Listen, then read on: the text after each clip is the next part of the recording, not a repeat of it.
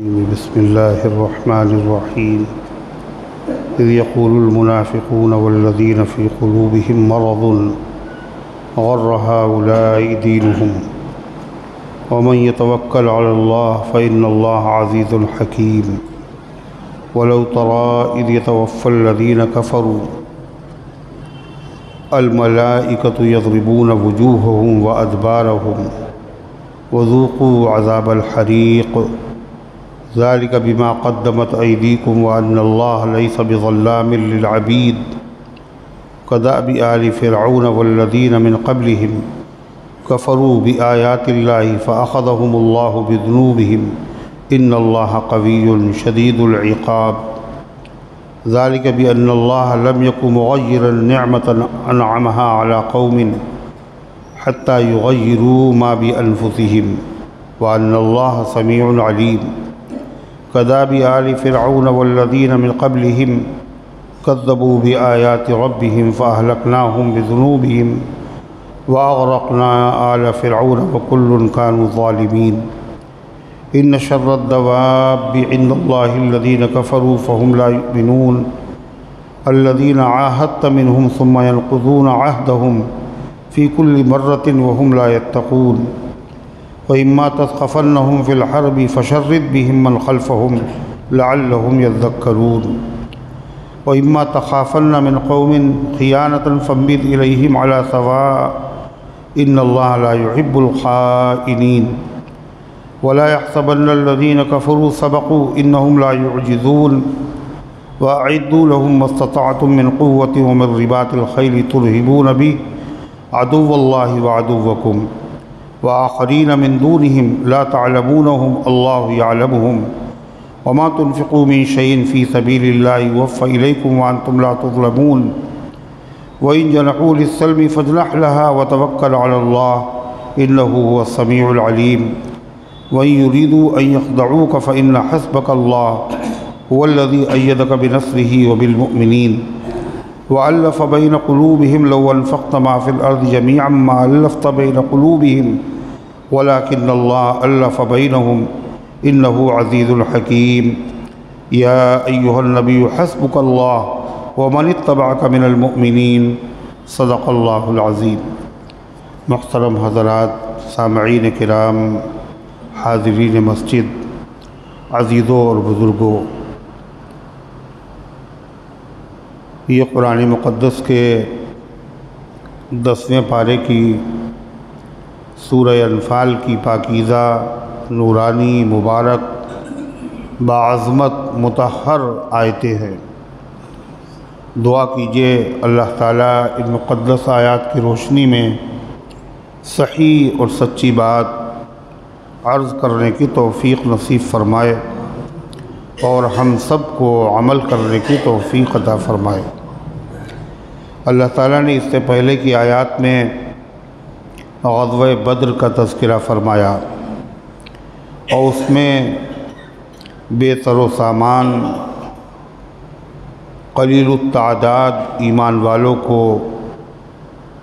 اپنی رحمت سے، نصرت غیبی سے بڑے لشکر، مسلح فوج پر غالب فرما دیا، اور اس بات کا بیان تھا کہ اللہ تعالیٰ نے مسلمانوں کو اپنے دشمنوں کی تعداد کم دکھائی اور دشمنوں کو مسلمانوں کی تعداد کیوں بھائی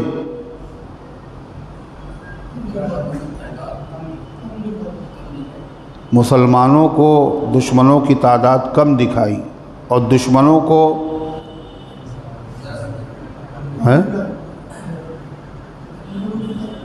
سبحان اللہ، دشمنوں کو مسلمانوں کی تعداد کم دکھائی کہ مسلمان تھوڑے سے، مسلمان تو تھے ہی تھوڑے سے، وہ تو ویسے بھی تھوڑے تھے، 313 تھے، وہ 1000 تھے، تو جتنی تعداد مسلمانوں کی تھی اس سے بھی کم دکھائی، اور مسلمانوں کو کافروں کی تعداد زیادہ ہونے کے باوجود کم دکھائی، 1000 تھے کم دکھائی۔ کاہے کے لیے؟ تاکہ مسلمان ان کی ہمت بڑھ جائے، اور مسلمانوں کی تعداد جو کافروں کو دکھائی کم، اس کی وجہ کیا ہے؟ ان کی ہمت بڑھ جائے، یہ تو تھوڑے سے ہیں، ابھی تھوڑی دیر میں ان کو ہم قابو میں کر لیں گے۔ اس لیے کہ اگر تعداد زیادہ ہوتی تو پھر ہمت ہار جاتے اور مقابلہ نہ ہوتا۔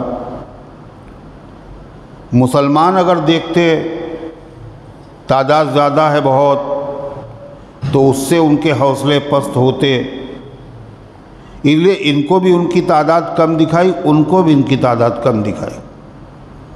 لیکن بعد میں جب جنگ شروع ہوئی تو دشمنوں کو اللہ نے مسلمانوں کی تعداد زیادہ دکھائی۔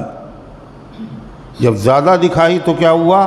اب حوصلے ان کے پست ہو گئے۔ مسلمان بے تر و سامان بھی تھے اور تعداد میں بھی کم تھے۔ جب یہ لشکر سامنے آیا اور ادھر کا لشکر جو تعداد میں زیادہ تھا اور اسلحے اور سامان جنگ میں بھی زیادہ تھا، جب دونوں کا آمنا سامنا ہوا تو کچھ منافق بھی تھے مدینے کے جو مسلمانوں کی صف میں تھے، اور کچھ کافر ایسے بھی تھے مشرک جو مکے سے لڑنے کے لیے آنا نہیں چاہتے تھے، زبردستی ان کو لایا گیا تھا، اور ان کے دل میں شک پیدا ہو چکا تھا کہ اسلام مذہب برحق ہے، قبول کر لیں گے ہم اسلام کی طرف وہ مائل ہو چکے تھے۔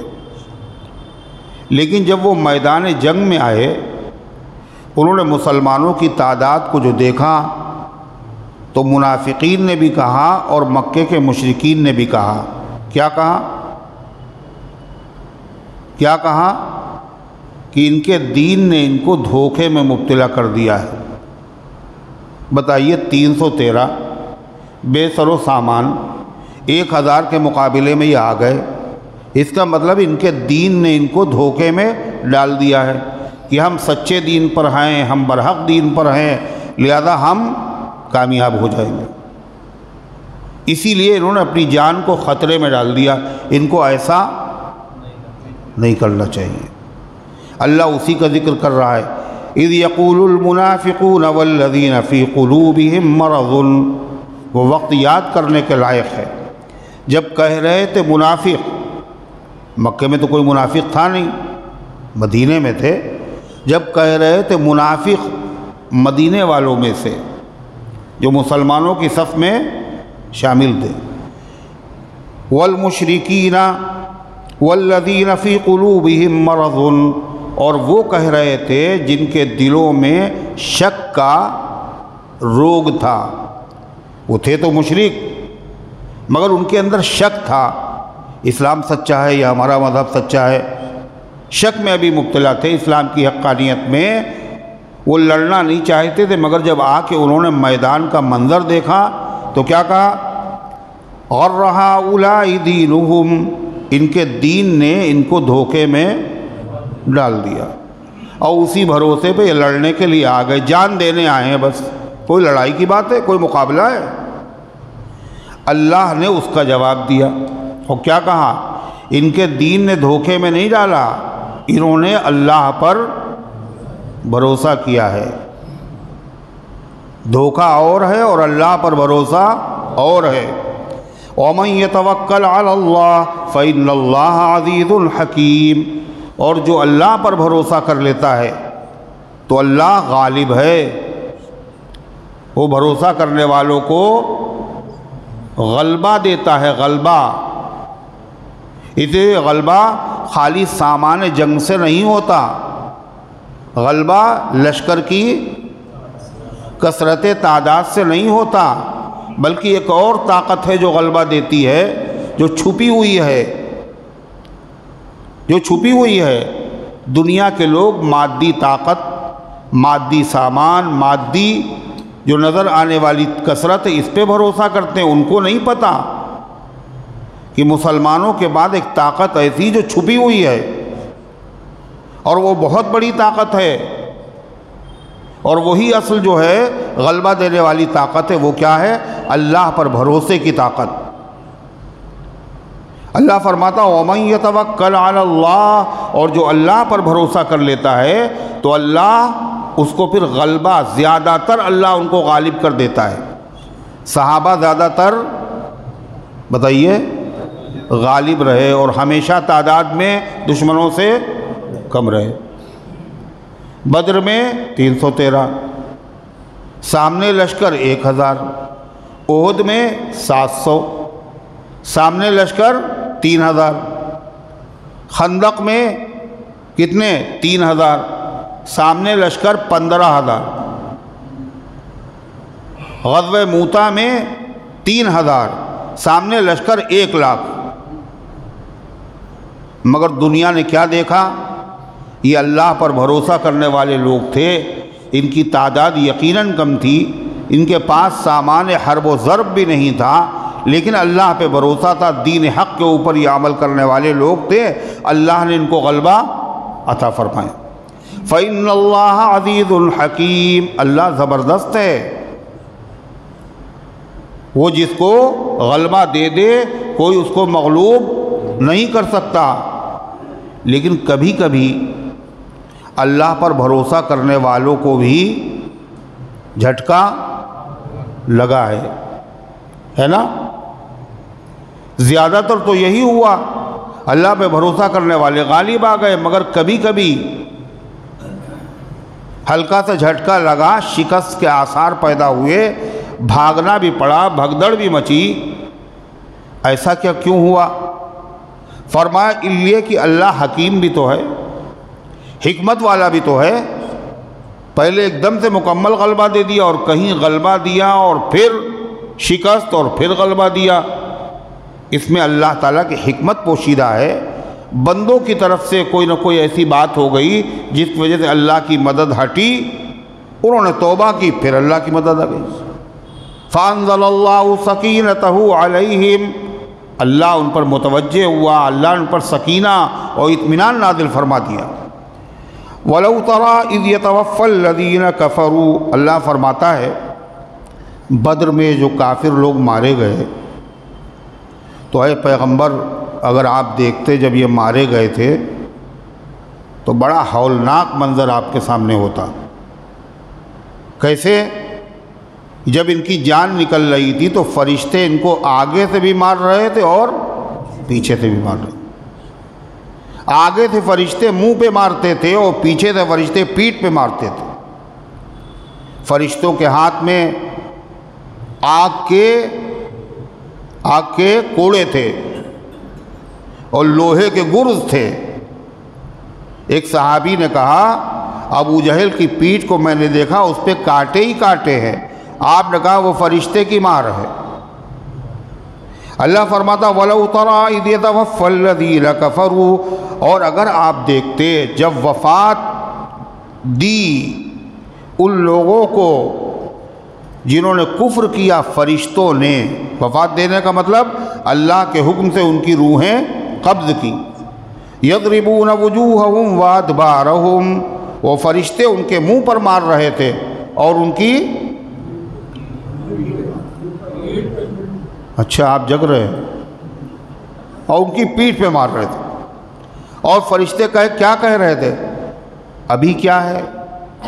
یہ تو نمونہ ہے، یہ تو تمہاری سزا کا اور ذلت کا نمونہ ہے۔ وَذُوقُوا عَذَابَ الْحَرِيقِ، ابھی کیا ہے؟ تم چکھو جلنے کا عذاب، عالم برزخ میں موت کے بعد، اور اس کے بعد پھر جہنم کا عذاب عالم آخرت میں۔ یہ تو نمونہ ہے۔ بعض مفسرین نے کہا اس کا تعلق بدر سے نہیں ہے، بلکہ اس کا تعلق تمام کافروں سے ہے، جتنے بھی کافر دنیا کے ہیں۔ ان تمام کافروں کی جب موت ہوتی ہے تو کیسے ہوتی ہے؟ فرشتے آگے سے بھی مارتے ہیں اور پیچھے سے بھی مارتے ہیں، مگر دکھتا تو ہے نہیں۔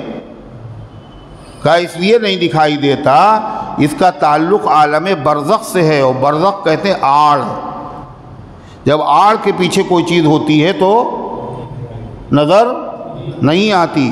قرآن میں جو کہا گیا وہ بالکل برحق ہے، سچا ہے۔ جیسے ایک آدمی ہے اور وہ دیکھ رہا ہوتا ہے خواب میں، اس کے یہ تکلیف ہے، لوگ گھیرے ہوئے ہیں، لوگ مار رہے ہیں، لوگ لوٹ رہے ہیں، اور وہ پریشان ہے خوابی میں، اور پاس میں لیٹے ہوئے آدمی کو، بیٹھے ہوئے آدمی کو کچھ بھی پتہ نہیں چلتا۔ اسی طریقے سے مردہ ہی جانتا ہے، اور رشتہ دار، اعزا اقربا، دیکھنے والے، ان کو پتہ نہیں چلتا ہے۔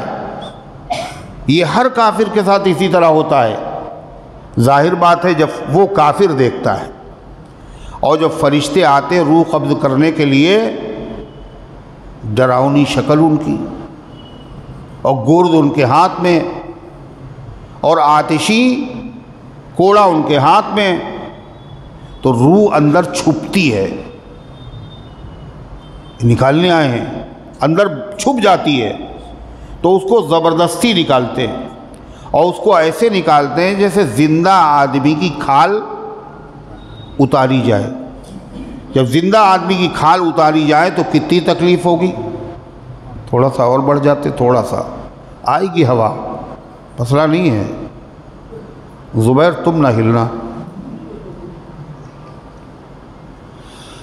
تو اس لیے اسے بڑی تکلیف ہوتی۔ اللہ فرماتا ہے یضربون وجوہہم وادبارہم، وہ مارتے ہیں ان کے منہ پر اور ان کی پیٹھ پر، وذوقوا عذاب الحریق، اور کہتے جاتے ہیں چکھو جلنے کا عذاب۔ کیوں؟ تم نے ایمان والوں کے دلوں کو کیا کیا تھا؟ مرہم لگایا تھا ایمان والوں کے دلوں کو جلایا تھا۔ لہذا اب قیامت تک، قیامت کے دن آخرت میں تمہیں جلنے ہی کا عذاب دیا جائے گا، جلتے رہو گے، سلگتے رہو گے ہمیشہ۔ ذالک بما قدمت ایدیکم، یہ سزا ان کو کیوں دی جا رہی؟ بلا وجہ سزا اللہ نہیں دیتا۔ ذالک، یہ سزا کیوں ہے؟ بما قدمت ایدیکم، ان کے ان اعمال کفریہ کی وجہ سے ہے جو تم نے اپنے ہاتھوں سے آگے بھیجے۔ وہ گناہ، وہ اسلام کی مخالفت، وہ ایمان والوں کو مارنا، وہ اذیت دینا، وہ زبان سے کفر بکنا، نبی کی شان میں گستاخیاں کرنا، اللہ کی شان میں گستاخیاں کرنا، یہ وہ جو اعمال تمہارے کفریہ تھے جو تم نے آگے بھیج دیے ہیں، یہ اسی کی سزا ہے۔ وَأَنَّ اللَّهَ لَيْسَ بِظَلَّامٍ لِّلْعَبِيدِ، اور اللہ اپنے بندوں پر ظلم کرنے والا نہیں ہے۔ بغیر جرم کے سزا دے دے یہ تو ہو ہی نہیں سکتا۔ اللہ کا عدل ہے، جو مجرم ہوگا اسی کو سزا ملے گی۔ اور انسان نہیں، جانور بھی اگر مجرم ہوں گے تو ان کو بھی قیامت کے دن سزا ملے گی۔ سینگ والی بکری نے اگر بغیر سینگ کی بکری کو مارا ہوگا تو اللہ بے سینگ کی بکری کو کیا دے گا؟ سینگ، اور کہے گا بدلہ لے لے۔ جب وہ بدلہ لے لے گی تو اللہ کہے گا کونوا ترابا، اب تم سب مٹی ہو جاؤ۔ بدلہ مل گیا، جس کے اوپر حق تھا مل گیا۔ پھر سارے جانوروں سے، انسان اور جنوں کے علاوہ، ان سے کہا کونوا ترابا، مٹی ہو جاؤ، سب مٹی ہو جائیں گے۔ جب وہ مٹی ہو جائیں گے تو کافر مجرم جب اسے دیکھے گا یہ تو مٹی ہو گئے، تو اس وقت کافر تمنا کرے گا کیا؟ وَيَقُولُ الْكَافِرُ يَا لَيْتَنِي كُنْتُ تُرَابًا، کافر کہے گا کاش کہ ہم بھی مٹی ہو جاتے، حساب کتاب نہ ہوتا، جزا سزا نہ ہوتی۔ ہر ایک کافر کہے گا کاش میں مٹی بنا ہوتا تو کیوں میں آج کے دن آگ کی بھٹی بنا ہوتا، یہ تمنا کرے گا۔ کداب آل فرعون، اللہ فرماتا ان کا حال فرعون کے حال کی طرح ہے۔ کیسے؟ فرعونیوں نے پہلے جرائم کیے، نبی کی مخالفت، نبی کا مقابلہ، انبیاء کی اولاد کی توہین، اور بعد میں پھر ان کو سزا ملی۔ ایسے ہی مکے کے ان مشرکین نے پہلے کفریہ کام کیے، پھر ان کو سزا ملی۔ کداب آل فرعون، ان کی حالت ایسی ہے جیسی فرعون والوں کی حالت، صرف فرعون والے نہیں، والذین من قبلہم کفروا، اور ان لوگوں کی حالت جو فرعون سے بھی پہلے تھے، قوم عاد، قوم ثمود، قوم نوح، ان سب کو اللہ نے سزا دی دنیا میں۔ جو ان کی حالت تھی یہی مکے والوں کی حالت، جرم پہلے سزا بعد میں ہے۔ کیا جرم تھا ان سب کا؟ کفروا بآیات اللہ، انہوں نے اللہ کی آیتوں کا انکار کیا۔ فاخذہم اللہ بذنوبہم، تو اللہ تعالیٰ نے ان کو پکڑ لیا ان کے گناہوں کی وجہ سے۔ ان اللہ قوی شدید العقاب، اللہ طاقتور ہے، کوئی مجرم اس سے چھوٹ نہیں سکتا۔ شدید العقاب، سخت سزا دینے والا ہے، بڑے سے بڑا طاقتور اس سزا سے اپنے آپ کو بچا نہیں سکتا۔ اللہ تعالیٰ نے ایک بات تو یہ بتائی کہ ان کو جو سزائیں دی گئی ہیں تو بلا وجہ نہیں، بلکہ ان کے جرائم کی وجہ سے، اور جس کو بھی اللہ نے سزا دی ہے وہ بلا وجہ نہیں بلکہ جرائم کی وجہ سے، آل فرعون اور ان سے پہلے کے لوگ۔ اب دوسری وجہ اللہ بتا رہا ہے سزا دینے کی، دوسری وجہ اللہ نے جب ان کو سزائیں دیں تو سزا سے پہلے یہ لوگ تکلیف میں تھے یا آرام میں؟ آرام میں، نعمتوں میں تھے، عیش کر رہے تھے۔ فرعون کی حکومت 400 سال تک اس کے سر میں کبھی درد نہیں ہوا، حکومت بھی سلطنت بھی مزے ہی مزے تھے۔ ایسے قوم عاد کے لوگ، قوم ثمود کے لوگ، یہ کیا تھے؟ بڑے طاقتور تھے اور ہر طرح کی نعمتیں ان کو حاصل تھی۔ کہتے تھے من اشد منا قوہ، ہم سے زیادہ طاقتور کون ہے؟ قوم ثمود کے لوگ اتنے ماہر کاریگر تھے کہ پہاڑوں کو تراش کر کے اپنے مکانات بناتے تھے۔ یہ ہنر، یہ نعمتیں سب کو حاصل تھی نہیں تھی؟ مکے والوں کو کیا نعمت حاصل تھی؟ مکے والے خانہ کعبہ کے پڑوسی تھے، اور اس کی وجہ سے پورے عرب میں ان کی کیا تھا؟ ذلت تھی، اچھا عزت تھی۔ پورے عرب میں ان کو عزت کی نگاہ سے دیکھا جاتا تھا۔ وہ تجارت کے لیے جاتے تھے سردی میں اور گرمی میں۔ سردی میں گرم ملک میں یمن، اور گرمیوں میں ٹھنڈے ملک شام، اور قافلے لوٹ لیے جاتے تھے، مگر عرب کے لوگوں کو کوئی ٹچ نہیں کرتا تھا۔ کیوں؟ یہ خانہ کعبہ کے خادم ہیں، پڑوسی ہیں، یہ عزت تھی، نعمت ہے نہیں ہے؟ اس کے بعد اللہ نے ان کو سب سے بڑی نعمت دی۔ سب سے بڑی نعمت کیا تھی؟ کہ اپنے تمام پیغمبروں میں سب سے عظیم، سب سے محبوب ترین پیغمبر جناب محمد الرسول اللہ صلی اللہ علیہ وسلم کو انہی میں بھیجا، اور نبی کے ذریعے سے سب سے عظیم الشان ہدایت نامہ قرآن کریم انہی میں نازل کیا، انہی کی زبان میں بھیجا۔ یہ نعمتیں تھیں، مگر بعد میں اللہ نے سزا دے کے یہ نعمتیں چھین لی۔ فرعون سے بھی چھینی، عاد سے بھی چھینی، اور ثمود سے چھینی، آل فرعون سے چھینی، مکے کے مشرکین سے چھینی۔ اللہ اس آیت میں بتا رہا ہم نعمتیں کسی کو دینے کے بعد چھینتے نہیں ہیں، نعمتیں چھینتے نہیں۔ کب چھینتے ہیں؟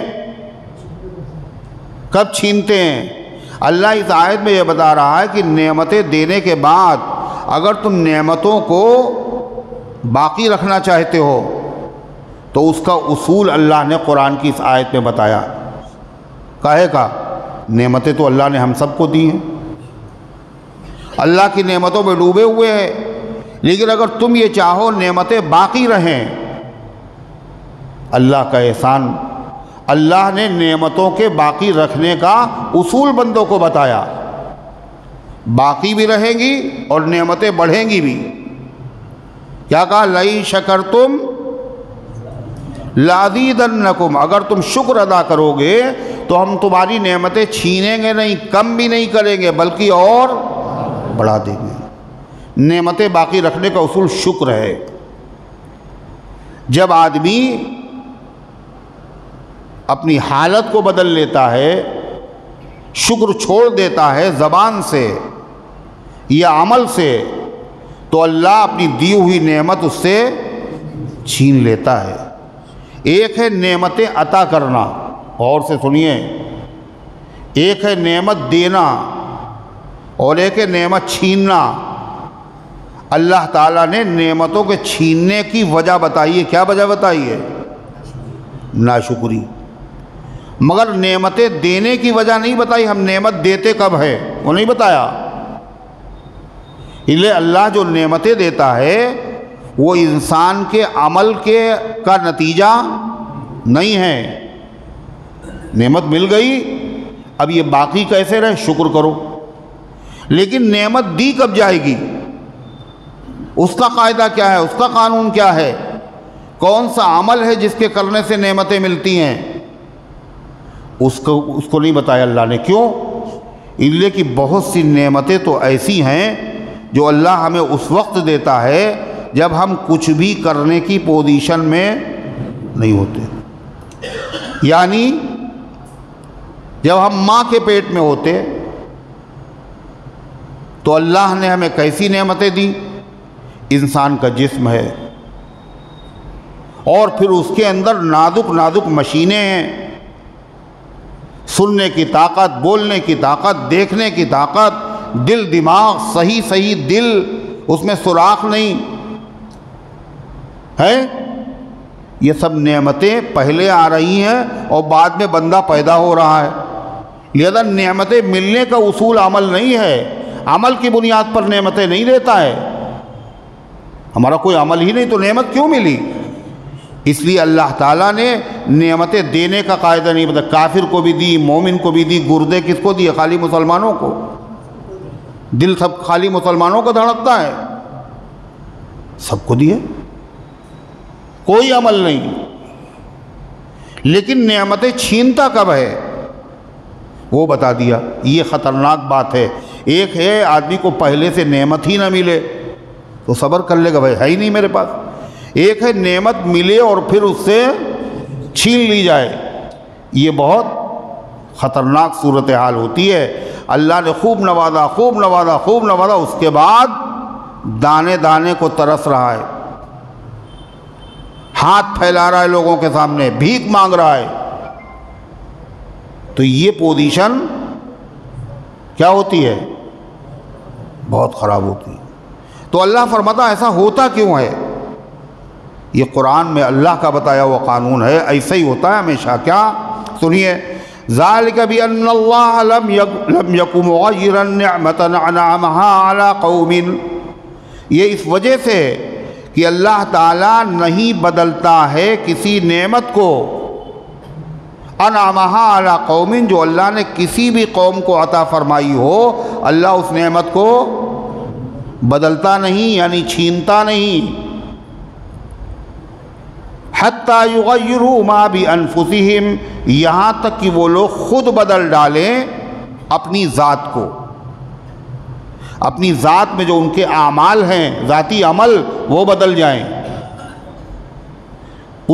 ان کا قول بدل جائے، ان کی بولی بدل جائے، ان کے عمل بدل جائیں، ان کی نیت، بولو نا، بدل جائے، تبھی اللہ نعمتوں کو چھینتا ہے۔ سب سے پہلے کیا بدلتا ہے؟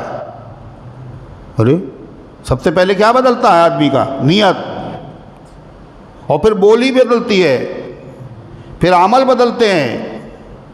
جب تک کہ وہ بدلتا نہیں ہے اللہ بھی اپنی نعمت بدلتا نہیں، اللہ نعمت کو چھینتا نہیں ہے۔ سب سے پہلے نیت بدلتی ہے۔ نوشیروہ بادشاہ وہ آئے اپنے باغ میں اور مالی سے کہا ذرا انار کا رس لاؤ۔ اب اس نے جو ایک انار کا رس نچوڑا، پورا بڑا سا گلاس بھر گیا۔ اب بہترین ذائقہ، پی کے طبیعت خوش ہو گئی۔ دل میں کہنے لگے اتنا بڑا باغ اس آدمی کے پاس ہے، یہ تو اس سے خوب کما رہا ہے، یہ کاہے کے لیے آئے ہیں یہ جو بیٹھے ہیں صاحب؟ کیا ہوا آپ کو؟ تو آنکھیں کیوں بند کر رہے ہیں؟ تو جاؤ گھر پہ سو جاؤ جا کے۔ ارے ہاں اور کیا، جب سونا ہی ہے تو گھر پہ سو پھر، یا وضو کر کے آؤ، منہ دھو کر کے آؤ۔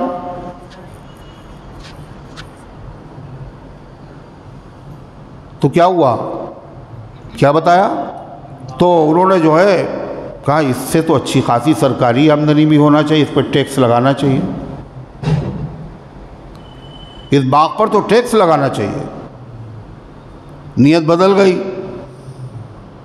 چنانچہ تھوڑی دیر کے بعد کہنے اچھا ایک گلاس اور پلاؤ، لے کے آؤ ایک انار کا جوس۔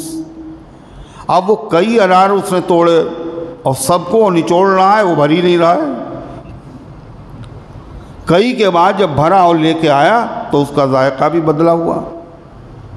کہنے ابھی تو تم بہت اچھا ہے، کہنے وہی پھل ہے، اسی درخت کا ہے، پہلے ایک میں بھر گیا، آپ 3-4 نچوڑے جب بھی نہیں بھرا اور ذائقہ خراب۔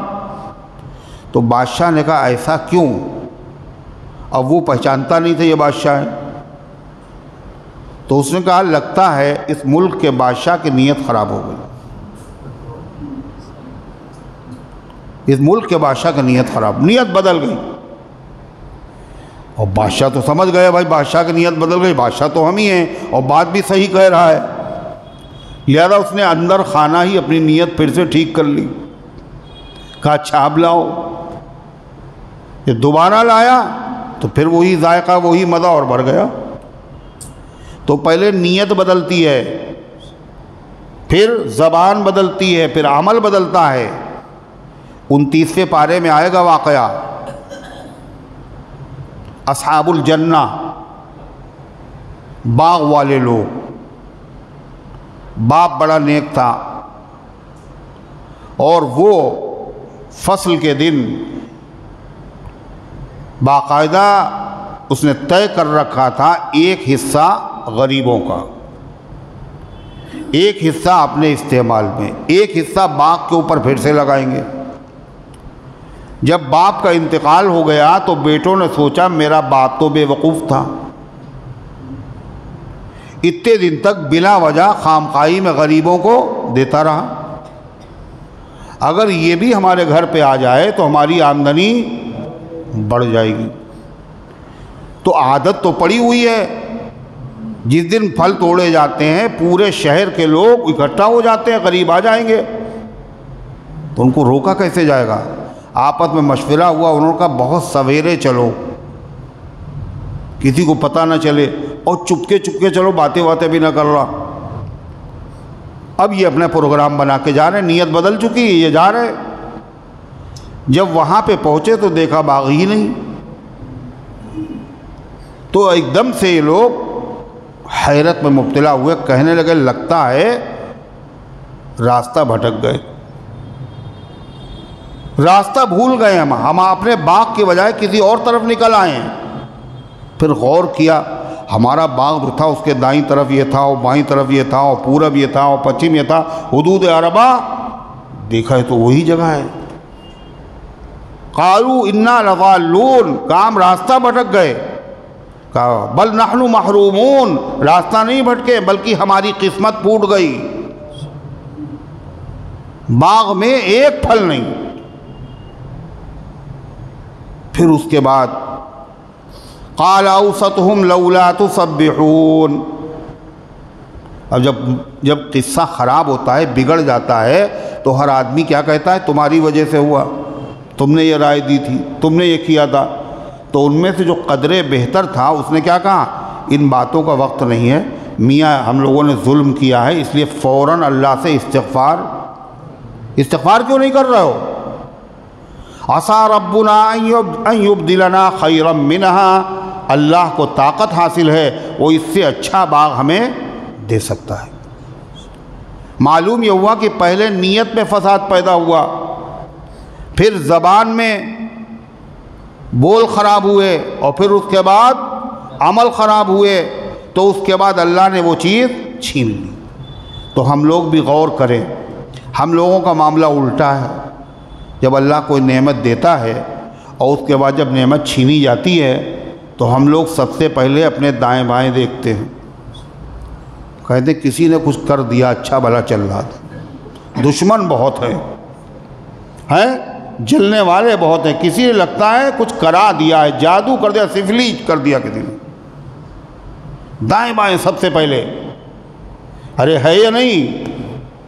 اور جن کے پاس جاتے ہیں وہ بھی اللہ کے بنائے ہوئے سنوارے ہوئے، کہنے ارے بڑے سخت ہے، وقت پہ آ گئے تم، نہ آتے تو مر جاتے۔ سبحان اللہ، بجائے تسلی دینے کے اور کیس کو انہوں نے گمبھیر صورتحال بنا کر کے پیش کیا، اور جتنا گمبھیر بنائیں گے اتنا ہی آدمی ڈرے گا، اور پھر اس سے اتنا ہی فیس لینا آسان ہو جائے گا، اس کو دینا بھی آسان ہو جائے گا۔ آپ بتائیں قرآن کیا کہتا ہے؟ یہ اللہ والوں کا طریقہ نہیں۔ قرآن کہتا ہے یہ تبدیلی ہوئی کیسے؟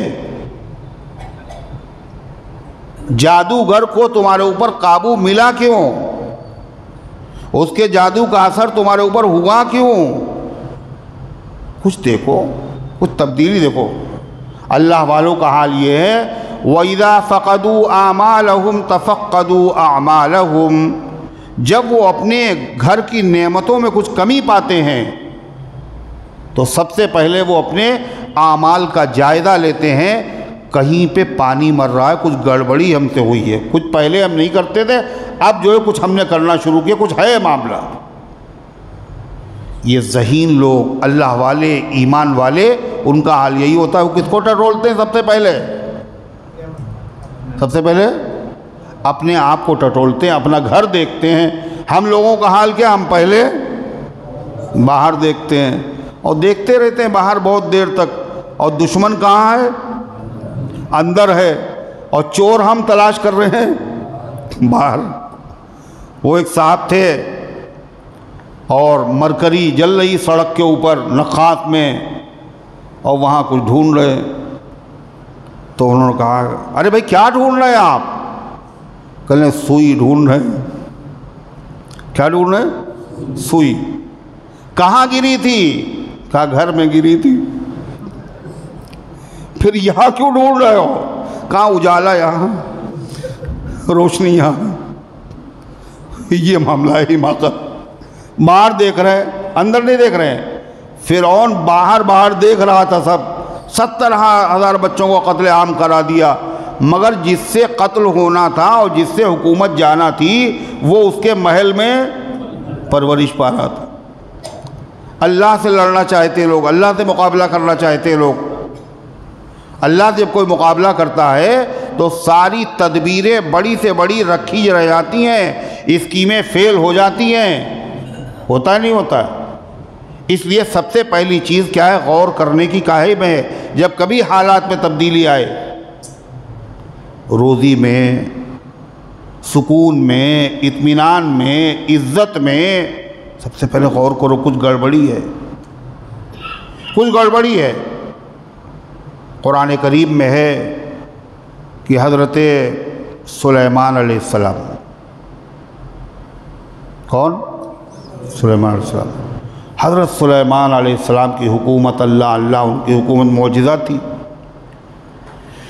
تو سلیمان علیہ السلام کو ضرورت پیش آئی ایک پرندے کی، حاضری لی انہوں نے۔ تفقد الطیر، پرندوں کی حاضری لی۔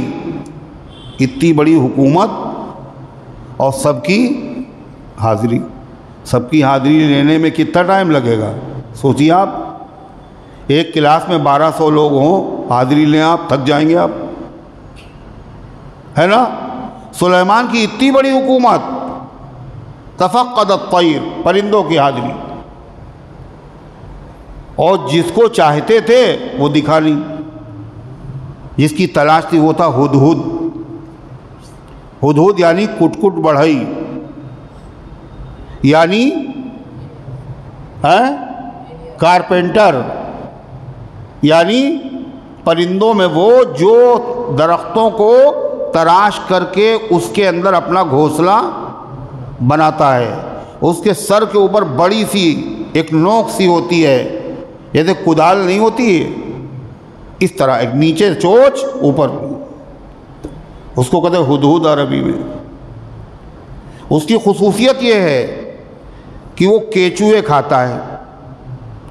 اور کیچوئے کہاں ہوتے ہیں؟ یہ کھیتوں میں ہوتے ہیں نا. کیچوئے کہاں پہ ہوتے ہیں؟ یہ پکی زمین میں ہوتے ہیں نا زبیر. کہاں ملتے ہیں؟ یہ زمین کے نیچے رہتے ہیں. تو وہ اڑتا ہے اوپر. اللہ نے اس کی آنکھوں میں وہ تاثیر رکھی ہے کہ اوپر زمین کے اوپر اڑ رہا ہے اور وہ دیکھ لیتا ہے کہ یہاں پہ کیچوا ہے، یعنی مٹی کے نیچے، اور کھود لیتا ہے. ایسے پانی کا بھی اسے پتہ لگ جاتا ہے کہ یہاں پانی ہے. انجینئر ہے وہ. اور ضرورت ہوگی حضرت سلیمان کو، اب وہ ملا نہیں. تو سلیمان علیہ السلام جب اس کو نہیں دیکھا تو کیا کہا؟ یہ نہیں کہا ارے ہدہد کہاں گیا، یہ نہیں کہا. فقال ما لی لا اری الہدہد ام کان من الغائبین. فقالا، کہا ما لیا، مجھے کیا ہو گیا، مجھے کیا ہو گیا کہ میری رعایا میں سے ایک پرندہ مجھے دکھ نہیں رہا، مجھے کیا ہو گیا، یعنی کیا قصور مجھ سے ہو گیا، کیا کمی ہو گئی. ایک پرندہ یا تو ہمیں نظر نہیں آ رہا، اگر نظر نہیں آ رہا تو ہم سے قصور ہوا. اٹھا لیا گیا تو کیوں اٹھا لیا گیا؟ ام کان من الغائبین، یا وہ موجود ہی نہیں ہے اس لیے نہیں دکھ رہا ہے، یا ہے موجود مگر مجھے نہیں دکھ رہا ہے. تو سب سے پہلے اپنے آپ کو ٹٹول رہے ہیں مالی الار. اور ہم لوگ سب سے پہلے چاروں طرف دیکھتے ہیں. تو اللہ تعالیٰ کیا فرماتا ہے کہ ہماری نعمتیں چھیننے کا اصول کیا ہے؟ ان اللہ لا یغیر ما بقوم، اللہ کسی قوم کی حالات کو، ان اللہ لم یکن مغیرا نعمتا انعمها علی قوم، اللہ کسی نعمت کو نہیں بدلتا ہے جو کسی قوم کو اللہ عطا فرماتا ہے، حتی یغیروا ما بانفسہم، یہاں تک کہ وہ اپنے ذاتی اعمال کو نہیں بدل ڈالتے. وَأَنَّ اللَّهَ سَمِيعٌ عَلِيمٌ، اور اللہ سننے والا جاننے والا. جب لوگوں کی زبان بدلتی ہے کسی کو نہیں پتا، اندر خانے کیا مشورے ہو رہے، چھپا چھپا کے ہو رہے، مگر اللہ سنتا ہے. جب اس پہ وہ عملی کارروائی کرتے ہیں تو اللہ اسے جانتا اور دیکھتا ہے. کداب آل فرعون، اللہ فرماتا جیسے فرعون کی قوم کی حالت. قرآن کی یہ آیت ایسی ہے جس کا ایک ترجمہ لوگ سمجھتے ہیں. ایک بزرگ تھے، بہت بڑے شاعر تھے، خواجہ الطاف حسین حالی، واقعی عالم بھی تھے. مسدس حالی جو ان کی مشہور ہے، وہ پوری تاریخ ہے، اسلامی تاریخ اشعار میں. تو حضرت حالی نے ایک شعر کہا ہے، لوگ سمجھتے ہیں وہ اسی آیت کا ترجمہ ہے، اور پڑھ بھی دیتے ہیں لوگ، پڑھے لکھے لوگ پڑھ دیتے ہیں. کیا شعر ہے وہ؟ خدا نے آج تک اس قوم کی حالت نہیں بدلی، نہ ہو جس کو خیال خود آپ ہی اپنے بدلنے کا. کہتے اسی آیت کا ترجمہ ہے. اس آیت کا ترجمہ نہیں. وہ تو کہہ رہے ہیں کہ جب تک آدمی اپنے آپ کو نہیں بدلتا ہے اللہ بھی نہیں بدلتا ہے. قرآن کی آیت کیا بتا رہی ہے؟ آدمی پہلے اپنی حالت تبدیل کرتا ہے تو اللہ اپنی نعمتیں اس سے چھین لیتا ہے. بات ان کی بھی صحیح ہے. اگر آدمی اپنے بدلنے کی فکر نہ کرے اور کیا کہے حضرت دعا کر دیجئے ہم نمازی ہو جائیں، اور خود بالکل کوشش نہ کرے تو بن جائے گا پکا نمازی نا. تبدیلی تو کرو. اللہ تعالیٰ فرماتا ہے یہ ایسے ہی ہم نے نعمتوں کو چھینا ہے، اور آج نہیں، کداب آل فرعون، جیسے فرعون والوں کی حالت ہوئی، والذین من قبلہم، اور جو ان سے پہلے تھے۔ فرعونیوں کو اللہ نے کتنی نعمتیں دی تھی، اور قوم ثمود، قوم عاد اور قوم نوح کو کتنا نوازا تھا، مگر ان سب سے نعمتیں خدا نے چھین لی۔ کب چھین لی؟ کذبوا بآیات ربہم، انہوں نے اپنے رب کی آیتوں کو جھٹلایا۔ فاہلکناہم بذنوبہم، تو ہم نے ان کو ہلاک کر دیا ان کے گناہوں کی وجہ سے۔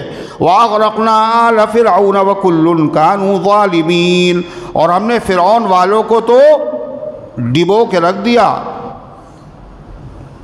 کم ترکوا من جنات وعیون، اللہ کہتا ہے کتنے باغات چھوڑ گئے فرعونی لوگ، کتنے چشمے، کتنے عمدہ عمدہ مکان نکلے تھے پکڑنے کے لیے موسیٰ اور موسیٰ کے ساتھیوں کو، اور اپنے مکان، اپنے گھروں میں، باغات میں واپسی نصیب نہیں ہوئی۔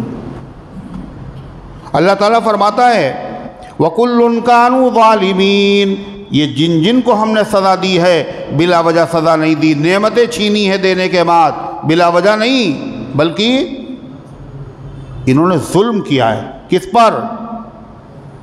ارے کس پر ظلم کیا؟ اپنے اوپر ظلم کیا، اپنا نقصان کیا، اللہ کی آیتوں کو جھٹلایا، نبیوں کو تکذیب کی، تو نقصان سمجھ رہے تھے، انکار کر رہے ہیں، اپنا نقصان کیا، نعمتیں چھن گئی۔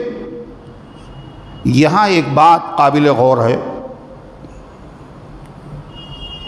اور وہ یہ کہ نعمتیں اللہ جب چھینتا ہے، جب آدمی کی حالت بدل جائے، پہلے وہ شکر کرتا تھا، بعد میں ناشکرہ ہو گیا ہے، پہلے وہ مومن تھا، بعد میں کافر ہو گیا۔ تو یہ جتنی قوموں کا اللہ نے ذکر کیا ہے، یہ لوگ پہلے کیا اچھے تھے؟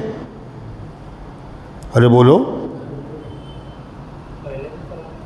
پہلے بھی تو خراب تھے۔ مکے کے جو مشرک تھے، جن کو اللہ نے یہ سزا دی بدر میں، یہ پہلے کیا اچھے تھے؟ ارے بولو، پہلے بھی تو خراب تھے۔ اور قرآن کا نعمتیں جب اللہ چھینتا ہے، جب آدمی اپنے آپ کو بدل لیتا ہے، یعنی پہلے اچھا ہوتا ہے پھر خراب ہوتا ہے، تو اس سے نعمتیں چھینی جاتی۔ یہ تو پہلے ہی خراب تھے۔ سوال سمجھ میں آیا؟ نہیں آیا؟ زبیر سمجھے سوال؟ کیا نعمتیں کب چھینی جاتی ہیں؟ جب آدمی پہلے اچھا ہو، بعد میں خراب کام کرنے لگے، تو نعمتیں چھین لی جاتی۔ مگر ان لوگوں کے کام تو پہلے ہی خراب تھے، بتوں کی پوجا کرتے تھے، ہے یا نہیں؟ اور کیا کرتے تھے یہ؟ قتل و غارت گری، جوا، کون سا عیب ان میں نہیں تھا؟ مگر ہاں، ان میں کچھ خوبیاں بھی تھیں،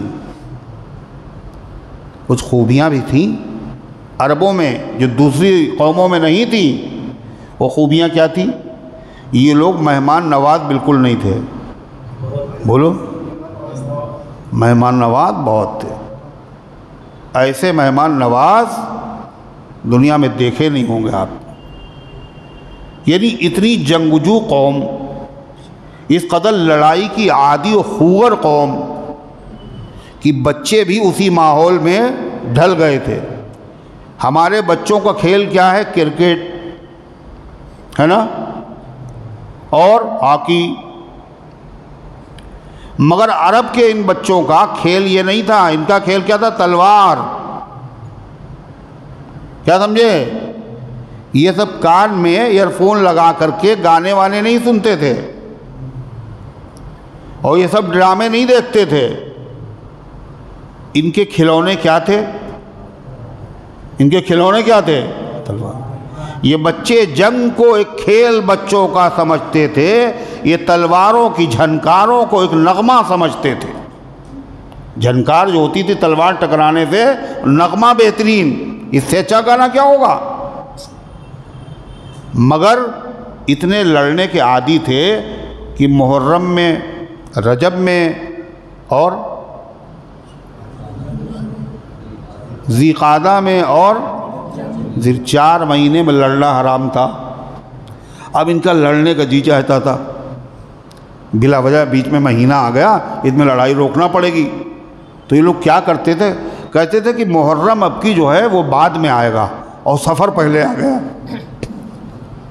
سفر میں لڑنا جائز ہے، محرم میں ناجائز ہے، آتا پہلے محرم ہے، ان کو لڑنا ہے، اور یہ چاہتے تھے لڑائی بند نہ ہو تو مہینہ بدل دیتے تھے، اتنے لڑنے کے عادی۔ اور خالی پہلے بکری کو، مرغی کو پانی پلانے پر، دانہ چگانے پر جو لڑے ہیں تو 120 سال تک لڑے۔ ایسی لڑاکو قوم۔ لیکن جب یہ اپنے باپ کے قاتل کو دیکھتے تھے، اس نے میرے باپ کو قتل کیا ہے، جب وہ ان کے گھر پہ آ جاتا تھا تو یہ اپنی دشمنی صاحب بھول جاتے تھے۔ وہ کیا کہتے تھے؟ اہلا و سہلا مرحبا، اہلا و سہلا مرحبا۔ یہ اسلام کی وجہ سے نہیں ہے مسلمانوں کے اندر یہ جملہ آیا ہو، یہ بڑا پرانا عربوں کی تہذیب ہے یہ۔ اہلا و سہلا، ارے بولو نا، کیا کہہ رہے ہیں؟ اہلا و سہلا مرحبا، ہم لوگ بھی کہتے ہیں مگر معنی نہیں سمجھتے لوگ اس کے۔ اہلا و سہلا مرحبا کے کیا مطلب ہے؟ اہلن کا مطلب ہے جب باپ کا قاتل آتا تھا، دشمن بھی آ جاتا تھا تو اس سے کیا کہتے ہیں؟ اہلن، اتیت اہلن، آپ اپنے لوگوں میں آئے ہیں۔ اہلن کا مطلب اپنے لوگ۔ یہ جو آپ آئے ہیں آج تو غیروں میں نہیں آئے، اپنوں میں آئے ہیں۔ آپ کے ساتھ جو سلوک کیا جائے گا وہ بالکل دشمنوں جیسا، ارے اپنوں جیسا کیا جائے گا۔ پھر کہتے تھے سہلن، سہل کہتے ہیں عربی میں نرم زمین کو۔ وطیت سہلن، اس کا مطلب یہ ہوتا تھا آپ نے جو قدم رکھا ہے وہ نرم زمین پہ رکھا ہے، سخت زمین پہ نہیں رکھا ہے۔ یعنی آپ جو ہمارے گھر پہ آئے ہیں، آپ کے ساتھ جو معاملہ کیا جائے گا وہ نرمی کا معاملہ ہوگا، سختی کا نہیں ہوگا۔ مرحبا، آپ کے لیے کشادگی ہے، تنگی کا معاملہ نہیں ہوگا، کشادگی کا معاملہ ہوگا۔ یہ کس سے کہتے تھے وہ لوگ؟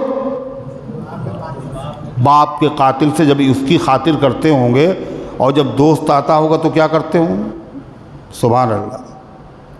کسی نے تعریف کی، سخاوت کی ان کی، کہنے لگے کہ کثیر الرماد، بہت راکھ والا ہے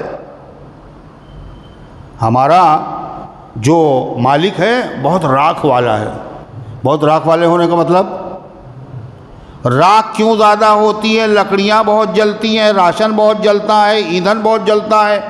اور ایندھن کیوں بہت جلتا ہے؟ کھانا بہت زیادہ پکتا ہے۔ اور کھانا بہت زیادہ کیوں پکتا ہے؟ اس لیے کہ مہمان بہت آتے ہیں۔ یہ عربوں کی سخاوت تھی ہے۔ کیا کرتے تھے وہ، اور ان کے اندر کیا خصوصیت تھی؟ وہ حاجیوں کو پانی پلاتے تھے، کھانا کھلاتے تھے، اور وہ خانہ کعبہ کی خدمت کرتے تھے۔ اللہ فرماتا تو ان میں تبدیلی کیسے ہو گئی؟ یہ تو پہلے کرتے تھے، اسلام سے پہلے بھی کرتے تھے۔ کہاں، ان میں سارے غلطیاں تھیں، کچھ ان میں خوبیاں بھی تھیں، مگر یہ لوگ جو برے کام پہلے کرتے تھے، جب اسلام آیا تو انہوں نے اپنی برے کاموں میں اور بولو اضافہ کر لیا۔ کیا اضافہ کیا؟ یہ پہلے تو باپ کے قاتل سے مرحبا کہتے تھے، لیکن جب اس نے اسلام قبول کر لیا تو ان لوگوں نے کیا کیا؟ اس کو مکے سے باہر نکالا۔ نہیں نکالا؟ ارے عجیب لوگ ہو۔ ہجرت کیوں کی تھی صحابہ نے؟ اتنا ستایا، اتنا ستایا، اتنا عاجز کیا، وطن چھوڑنا پڑا، کاروبار چھوڑنا پڑا، گھر بار کنبہ قبیلہ چھوڑنا پڑا، اور کہاں باپ کے قاتل سے یہ کہتے تھے۔ حاجیوں کو پانی پلاتے تھے، کھانا کھلاتے تھے، مگر جب ایمان والے اللہ کے حبیب اور پیغمبر صلی اللہ علیہ وسلم کے صحابہ جب عمرے کا احرام باندھ کر کے آئے تو ان ظالموں نے حرم میں داخل ہونے نہیں دیا۔ ارے ہوا نہیں ہوا، برے تو تھے مگر ان کی برائی حد سے بڑھ گئی تھی، حالت انہوں نے بدل لی تھی۔ نتیجہ کیا ہوا؟ اللہ نے وہ نعمتیں ان سے چھین لی اور بدر کے میدان میں ان کو ذبح کر دیا گیا۔ اللہ اسی کو فرما رہا ہے، پھر فرمایا ان شر الدواب عند اللہ الذین کفروا فہم لا یؤمنون، بے شک تمام جانداروں میں اللہ کے نزدیک سب سے برے کون ہیں؟ جاندار، دابہ کہتے ہیں ہر جاندار چیز کو۔ پھر یہ لفظ بولا جانے لگا جو زمین پر چلنے والے جانور ہیں۔ اللہ کہہ رہا ان سب میں برا کون ہے؟ جانوروں میں، جانداروں میں سب سے برا کون ہے؟ فرمایا وہ ہیں جنہوں نے کفر کیا اور پھر اتنے پکے ہیں کفر میں، اللہ نے ان کے اندر طاقت رکھی تھی کاہے کی؟ اگر وہ انصاف سے کام لیتے، سچائی سے کام لیتے، ہر مذہب کی کتابیں پڑھ رہے تھے، اسلام کو بھی پڑھ کے دیکھ لیتے، بھائی سب کو پڑھا، ان کو بھی دیکھیں، شاید ان کے وہاں کوئی اچھی بات ہو، مگر نفرت اتنی تھی، اسلام کا نام ہی سننا گوارا نہیں کرتے تھے، انصاف سے کام ہی نہیں لیا، اندھے ہو گئے دشمنی میں۔ نتیجہ کیا ہوا؟ اللہ نے حق کو ماننے کی جو صلاحیت دی تھی وہ صلاحیت ان کی ختم کر دی، اب یہ ایمان کبھی نہیں لائیں گے۔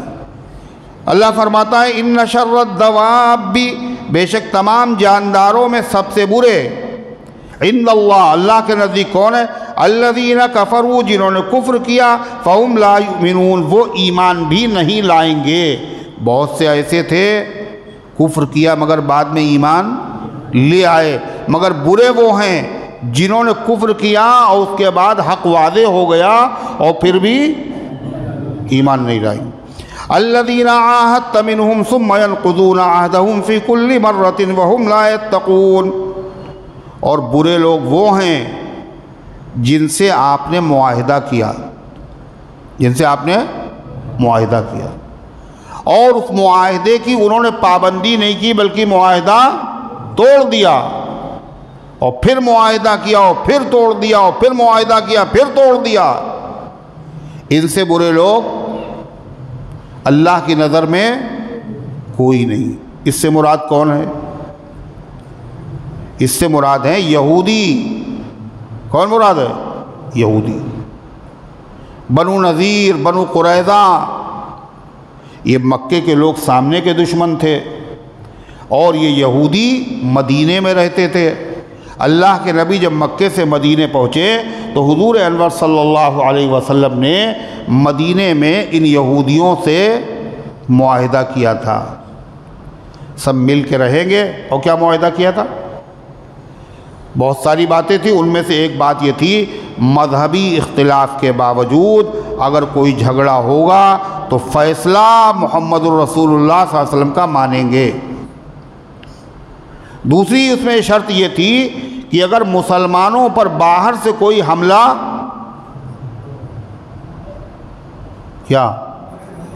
حملہ نہیں کرے گا، کوئی باہر سے اگر دشمن کوئی حملہ آور ہوگا تو کوئی اس دشمن کی مدد نہیں کرے گا، مگر ان یہودیوں نے معاہدہ کرنے کے باوجود معاہدے کو توڑ دیا، غداری کی۔ کیسے؟ بدر کے موقع پر جو آئے تھے 1000 یہودیوں نے اسلحے سے ان کی مدد کی۔ کیسے؟ اندر خانہ نبی کے ساتھ بھی ملے ہوئے، اسلحہ ادھر پہنچا دیے۔ پھر جب پتہ چلا تو شرمندہ ہوئے، کل غلطی ہو گئی، معاف کر دیے۔ تو اللہ کے نبی تو رحمت للعالمین تھے، آپ نے معاف کر دیا۔ پھر احد کا موقع آیا، اس میں کیا کیا ان ظالموں نے؟ اس میں بھی دھوکہ دیا۔ احد کے بعد یہ باقاعدہ 50 آدمی کہاں پہنچ گئے؟ مکے، اور کہنے لگے ایسا ہے ہم سب لوگ مل کے مسلمانوں پہ حملہ کریں اور ختم کر دیں۔ اور خانہ کعبہ کے بعد مکے کے مشرکین نے کیا کہا ان یہودیوں سے کہ تمہاری بات پہ ہم کیسے بھروسہ کر لیں؟ تم بھی آسمانی کتاب مانتے ہو، وہ بھی آسمانی کتاب مانتے ہیں، تم بھی ایک نبی کو مانتے ہو، وہ بھی ایک نبی کو مانتے ہیں، تمہاری بات پہ ہمیں بھروسہ نہیں ہے۔ پہلے میرے سوال کا جواب دو، ہم بھروسہ کریں گے۔ کیا سوال؟ مکے کے مشرکین نے کہا یہ بتاؤ ہم لوگ بتوں کی پوجا کرتے ہیں اور محمد صلی اللہ علیہ وسلم بتوں کی پوجا سے منع کرتے ہیں، تو یہ بتاؤ ہمارا مذہب اچھا ہے یا ان کا مذہب اچھا؟ کس نے پوچھا؟ یہودیوں نے نہیں پوچھا، کتنی باتیں کر لو۔ یہودی تھوڑی بت پرستی کرتے تھے۔ کس نے پوچھا؟ مکے کے مشرکین نے یہودیوں سے کہا ہم تمہاری بات نہیں مانیں گے، بھروسہ نہیں کریں گے۔ کیوں؟ جو محمد صلی اللہ علیہ وسلم کہتے ہیں وہی تم بھی تو کہتے ہو، بت پرستی حرام ہے وہ بھی کہتے ہو، تم بھی کہتے ہو۔ تم بھی آسمانی کتاب مانتے ہو، وہ بھی آسمانی کتاب مانتے، تم بھی نبی کو مانتے ہو، وہ بھی نبی کو مانتے ہیں۔ یہ بتاؤ ہمارا مذہب اچھا ہے یا محمد صلی اللہ علیہ وسلم کا لایا ہوا مذہب اچھا ہے؟ یہ بتاؤ پہلے۔ تو یہودی جانتے تھے کہ بت پرستی کا مذہب اچھا کیا ہوتا ہے، یہ تو باطل ہے، مگر ان ظالموں نے اسلام اور مسلمانوں کی دشمنی میں کفر بکا اور کہنے لگا کہ تمہارا مذہب محمد صلی اللہ علیہ وسلم کے لائے ہوئے مذہب سے اچھا ہے، اتنی دشمنی میں گر گئے تھے۔ پھر ان لوگوں نے کہا ایسے نہیں مانیں گے، مکے والے بھی میں کیا بھروسہ ان کا، ہو سکتا ہے یہ ملے ہوں ادھر سے، مذہب بھی ان کا ان کے مذہب سے قریب ہے۔ کہنے ایسا ہے حرم میں چلو اور خانہ کعبہ کی دیوار سے سینہ لگا کر چمٹ کر قسم کھاؤ کہ محمد صلی اللہ علیہ وسلم سے ہم مقابلہ کریں گے، لڑیں گے اور ان سے دشمنی رکھیں گے، ساتھ میں مل کے جنگ کریں گے، پیچھے نہیں ہٹیں گے۔ چنانچہ انہوں نے یہ بھی کر دیا۔ اب ان کو بھروسہ ہوا مکے والوں کو، چنانچہ مکے والے ادھر ادھر کے لوگوں کو ملا کر اور جو ہے یہودی یہ سب مل کر کے آ گئے اور غزوہ خندق اسی موقع پہ ہوا۔ 15,000 کا لشکر لے کے آئے اور انہوں نے کتنے تک، 1 مہینے تک یہ لشکر پڑا رہا۔ تو یہ سب غداریاں کس نے کی تھیں؟ یہودیوں نے۔ اللہ انہی کا ذکر کر رہا ہے۔ کیا؟ سب سے برے لوگ وہ ہیں جنہوں نے کفر کیا اور ایمان نہیں لائیں گے۔ اور کون ہے؟ الذین عاہدت منہم، اور جن کا حال یہ ہے جن سے آپ نے معاہدہ لیا تھا۔ ثم ینقضون عہدہم، پھر وہ توڑ دیتے ہیں اپنے عہد کو، فی کل مرۃ، ہر مرتبہ، وہم لا یتقون، اور وہ اللہ سے ڈرتے بھی نہیں، بار بار معاہدہ توڑ رہے ہیں۔ اور معاہدے کو توڑنا یہ بہت بڑا جرم، بہت بڑا جرم۔ قیامت کے دن جو غداری کرے گا تو اس کی پیٹھ پہ ایک جھنڈا لگا ہوگا اور پورے میدان محشر کے لوگ سمجھ جائیں گے یہ معاہدے کو توڑنے والا غدار ہے۔ اللہ تعالیٰ فرماتا جب ان کی غداریوں کا یہ حال ہے تو اگر یہ غداری کرے اور باقاعدہ سامنے مقابلے میں بولو کھل کے آ جائیں تو پھر ان کو ایسی سزا دینا جو ان کو بھی یاد رہے اور ان کی نسلوں کو بھی۔ کیا کہا؟ فَإِمَّا تَثْقَفَنَّهُمْ فِي الْحَرْبِ، اگر آپ لڑائی میں ان پر قابو پا جائیں، معاہدہ توڑے اور سامنے بھی آ جائے میدان جنگ میں، فَشَرِّدْ بِهِمْ مَنْ خَلْفَهُمْ، تو منتشر کر دیجئے ان کے ذریعے سے ان کو جو ان کے پیچھے ہیں، ان کو تو ماریے، جو پیچھے آ رہے ان کی بھی ہمت اور حوصلہ ٹوٹ جائے۔ لَعَلَّهُمْ يَذَّكَّرُونَ، ہو سکتا ہے وہ لوگ نصیحت حاصل کریں، مسلمانوں سے بھیڑنے والا نہیں ہے بھائی، اور جو ہے نسلیں بھی ان کی یاد رکھیں۔ وَإِمَّا تَخَافَنَّ مِنْ قَوْمٍ خِيَانَةً فَانبِذْ إِلَيْهِمْ عَلَى سَوَاءٍ، اللہ فرماتا یہ تو جب ہے جب وہ معاہدہ توڑ کر بولو سامنے آ جائیں لڑنے کے لیے، تب یہ ہے۔ اگر معاہدہ انہوں نے توڑا نہیں لیکن اشارے مل رہے ہیں یہ غداری کریں گے، یہ معاہدہ توڑ دیں گے، خطرہ معلوم ہو رہا ہے، اللہ فرماتا پھر بھی مسلمانوں تم معاہدے کے خلاف نہ کرنا، لیکن اس سے پہلے صاف صاف اعلان کر کے معاہدہ ختم کر دینا۔ کیا کہا؟ فَإِمَّا تَخَافَنَّ مِنْ قَوْمٍ خِيَانَةً، تو اگر اندیشہ ہو آپ کو کسی قوم سے خیانت کرنے کا، فَانبِذْ إِلَيْهِمْ عَلَى سَوَاءٍ، تو معاہدوں کو ان کی طرف واپس کر دینا، برابر طریقے سے، یعنی پہلے سے معاہدہ ختم کر دینا اور کہنا تم نے غداریاں کی ہیں اس لیے ہمارا تمہارا معاہدہ ختم، اور باقاعدہ ان کو اطلاع بھی اطلاع بھی کر دینا، اور تم کو بھی اطلاع ہے معاہدہ ختم، ان کو بھی اطلاع ہے۔ یہ نہیں کہ اطلاع نہیں کی اور معاہدہ ختم کر دیا، یہ تو خیانت ہوگی اور اللہ اس کی اجازت۔ اسلام کیسا مذہب ہے بتائیے؟ دشمن ہے۔ کون ہے؟ دشمن۔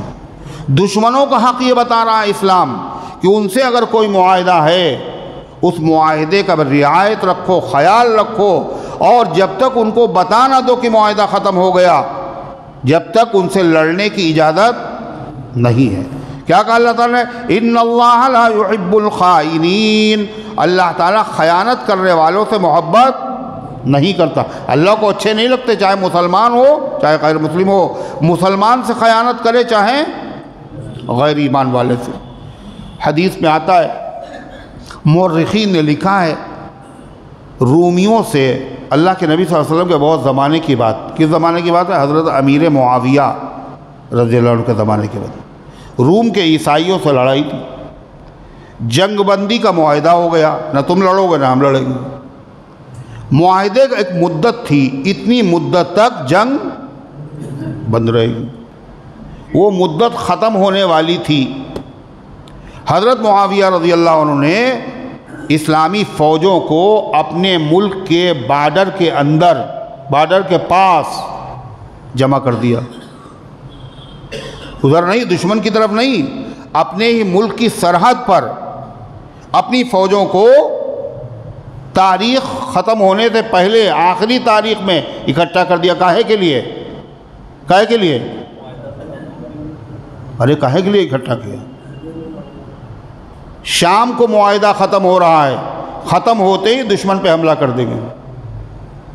یہ معاہدے کی خلاف ورزی نہیں ہے؟ نہیں ہے۔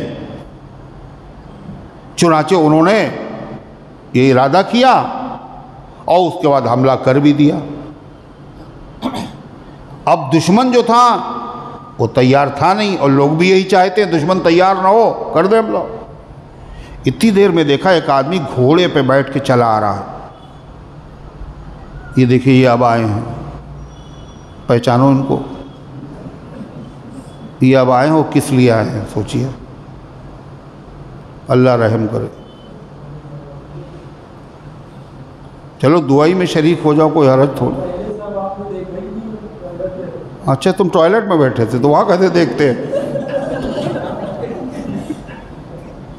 کوئی بات نہیں، بیٹھو بیٹھو، ابھی پوچھیں گے بھی تم سے تم نے کیا سنا اتنی دیر سے۔ تو ایک آدمی گھوڑے پہ سوار ہو کے آ رہا ہے اور پکار رہا اللہ اکبر اللہ اکبر، وفاء لا غدرا، وفاء لا غدرا، اللہ بہت بڑا ہے، وفاداری کرو غداری نہ کرو، وفاداری کرو غداری۔ حضرت معاویہ رضی اللہ عنہ کا فرمایا ذرا دیکھو، رک جاؤ، کون ہے؟ وہ قریب آئے تو وہ صحابی رسول تھے، حضرت عمرو بن عبسہ رضی اللہ عنہ، اور کہا میں نے نبی کریم علیہ السلام سے سنا ہے جب کسی چیز کا معاہدہ ہو تو جب تک وہ معاہدہ ختم نہ ہو جائے، جب تک کوئی نقل و حرکت نہ کی جائے، یہ بھی معاہدے کے خلاف۔ آپ نے اپنی فوجوں کو اپنے علاقے میں جمع کیا ہے، بارڈر پر جمع کیا ہے، لیکن معاہدہ ابھی ختم نہیں ہوا تھا۔ حضرت معاویہ رضی اللہ عنہ نے سنا اور سننے کے بعد کیا کہا؟ اعلان کر دیا جتنا علاقہ فتح ہوا ہے سب چھوڑ دو اور اپنے علاقے میں واپس آ جاؤ۔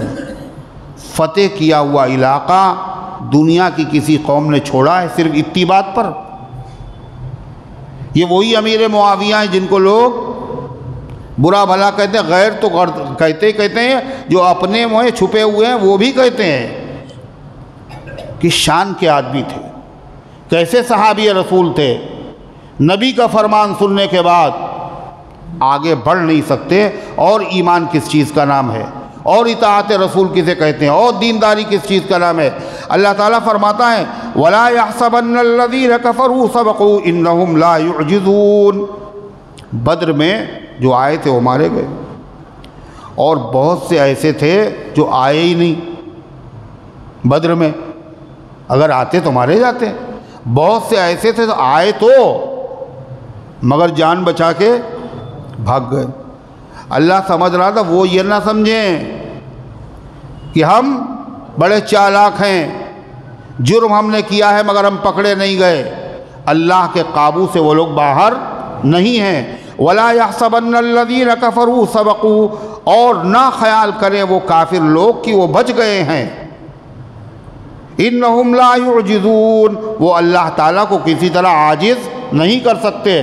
اللہ جب سزا دینے پہ آئے تو کوئی مجرم بچ نہیں سکتا۔ وَأَعِدُّوا لَهُم مَّا اسْتَطَعْتُم مِّن قُوَّةٍ وَمِن رِّبَاطِ الْخَيْلِ تُرْهِبُونَ بِهِ عَدُوَّ اللَّهِ وَعَدُوَّكُمْ وَآخَرِينَ مِن دُونِهِمْ۔ اللہ مسلمانوں سے کہہ رہا دیکھو کسی سے لڑو اڑو نہیں، مگر حالات تو تمہیں پتہ ہیں، دنیا کی تمام قومیں تمہاری دشمن ہیں، لہذا ان سے لڑنے کی، ان کے ظلم سے بچنے کی تیاری تو کرو۔ نہیں سمجھ میں آئی بات؟ یہ حکم الہی ہے، مسلمانوں پر فرض ہے کیا؟ دشمنوں سے اپنی حفاظت کے لیے تیاری کرنا۔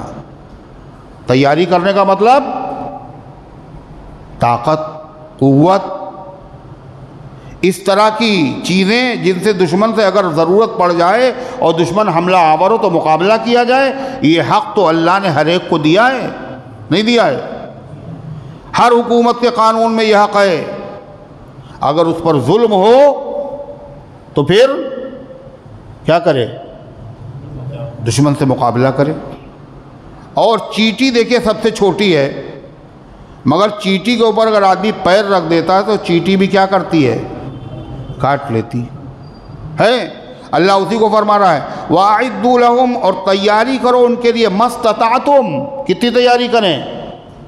کہ ان کے پاس پیسہ بہت، ان کے پاس اسلحے بہت، ان کے پاس طاقت، کہ ان کو مت دیکھو، مَا اسْتَطَعْتُمْ، جتنی تمہارے پاس طاقت ہے، من قوہ، طاقت اکٹھا کرو۔ طاقت سے مراد جو لڑنے کے سامان ہیں، بھئی مشق کرو، مشق کرو، پہلوانی، نشانہ بازی۔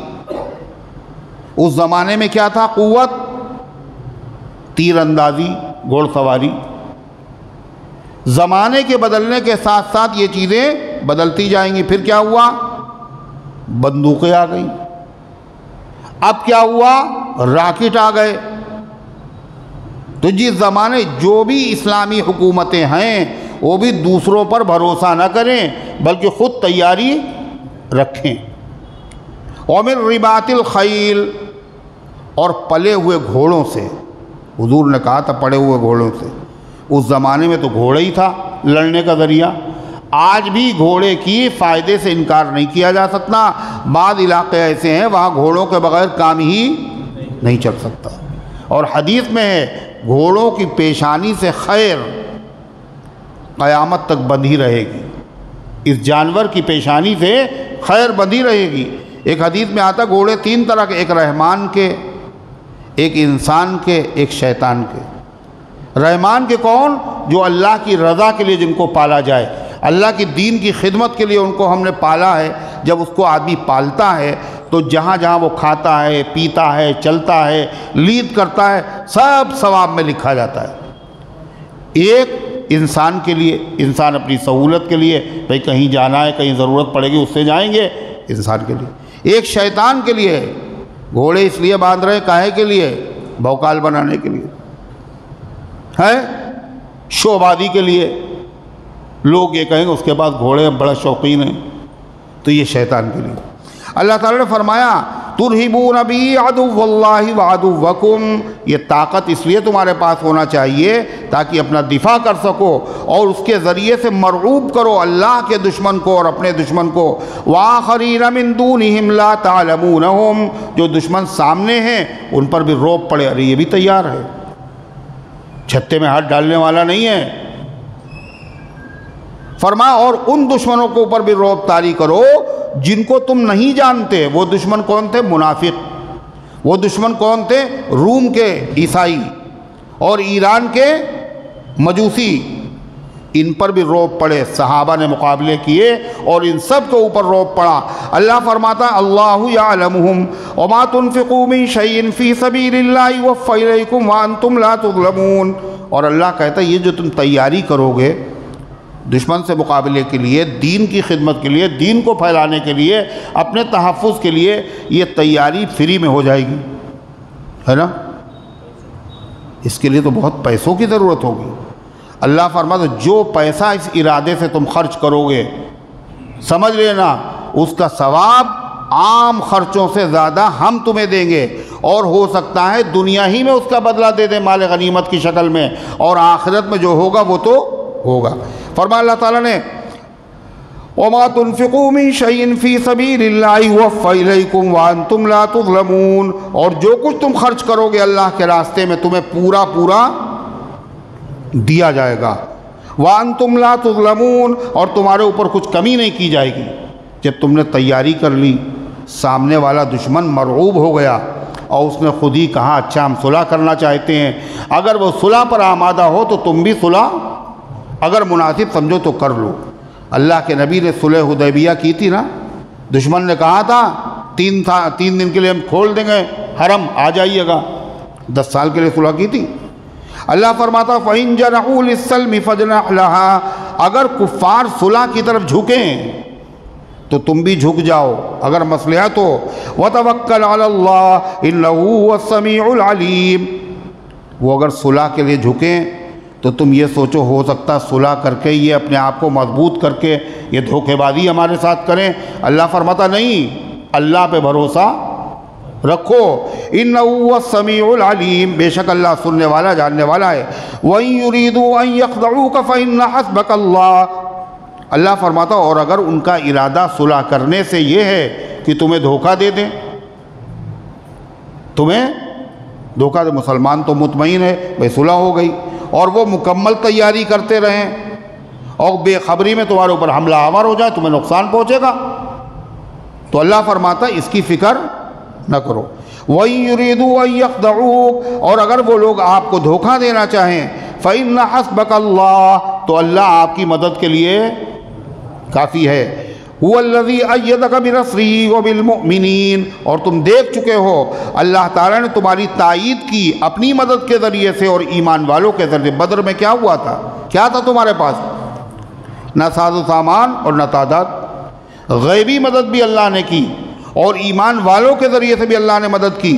اور اللہ فرماتا کیسے مدد کی خدا نے اے پیغمبر آپ کی؟ جب مدینے آپ پہنچے ہیں تو مدینے والے پہلے آپس میں 2 قبیلے تھے، اوس اور خزرج، لڑتے تھے وہ لوگ، ایک طویل زمانہ ہو گیا تھا، لڑتے لڑتے لڑتے لڑتے، یہودی لڑاتے تھے، اسلحہ بیچتے تھے، جیسے آج کل بھی لڑاؤ اسلحہ بیچو، یہ پالیسی پرانی ہے یہودیوں کی، تو وہ لوگ لڑتے تھے۔ اللہ کے نبی جب پہنچے تو ان سب کے اندر اللہ تعالیٰ نے وہ دشمنی ختم کر دی، آپ کی برکت سے ان سب کو اللہ نے متحد کر دیا اور آپس میں ایک دوسرے کا محبوب بنا دیا۔ کتنا محبوب بنا دیا؟ اشداء علی الکفار رحماء بینہم، دشمنوں پر وہ سخت تھے لیکن آپس میں رحم دل تھے۔ کتنے رحم دل ہوئے؟ جو بکریوں کو پہلے پانی پلانے پہ لڑے، انہوں نے اپنے بھائی سے پہلے پانی پینا گوارا نہ کیا اور جان دے دی۔ کتنے لوگ تھے وہ؟ 11۔ جنگ یرموک میں حضرت حذیفہ فرماتے ہیں ایک پیالے میں پانی، ایک برتن میں پانی لے کے میں پہنچا اور سوچا میرے چچا داد بھائی بھی جنگ میں شریک ہیں، آخر وقت میں پانی پلا دیں گے۔ جب میں نے تلاش کیا تو ایک جگہ وہ پڑی ہوئے مجھے ملے، زخمی تھے، میں نے پوچھا پانی پئیں گے؟ تو بولنے کی طاقت نہیں، اشارے سے انہوں نے کہا ہاں۔ فرماتے میں نے جلدی سے پیالے میں پانی اونڈیلا اور ان کے منہ کے جیسے قریب کیا، پڑوس کا جو زخمی تھا وہ بولا العطش العطش، پیاس پیاس۔ ایسے وقت میں بھی اس اللہ کے بندے نے جس کا چچا داد بھائی پانی پلا رہا تھا، اس سے کیا کہا؟ پہلے مجھے نہیں، میرے ایمان والے بھائی کو پلا دو، یہ مجھ سے زیادہ پیاسا معلوم ہوتا ہے۔ جب دوسرے کو قریب پہنچے تو تیسرے نے آواز دی، تیسرے کے قریب پہنچے تو چوتھے نے آواز دی، چوتھے کے قریب پہنچے پانچویں نے آواز دی، جب پہنچے ان کے قریب تو دیکھا وہ ختم ہو گئے، 11 تک پہنچے، اور لوٹ کے جب واپس آئے تو سب کے سب اللہ کو پیارے ہو چکے تھے۔ سینچا تھا اسے خون سے کچھ تشنہ لبوں نے، تب جا کے اس انداز کا مے خانہ بنا ہے جو گھوڑوں پر پانی پلانے، بکری کو پانی پلانے پر اتنے سال تک لڑتے رہے۔ اللہ اکبر، کیسا انقلاب ان کے اندر پیدا ہوا نبی کی تعلیم و تربیت کے ذریعے سے۔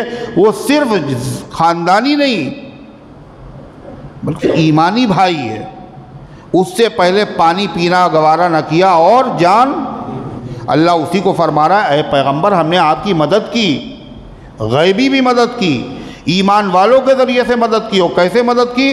وَأَلَّفَ بَيْنَ قُلُوبِهِمْ، اللہ تعالیٰ نے ایمان والوں کے دلوں میں محبت ڈال دی، رشتہ داری کی محبت ختم ہو گئی، سمجھ رہے ہیں؟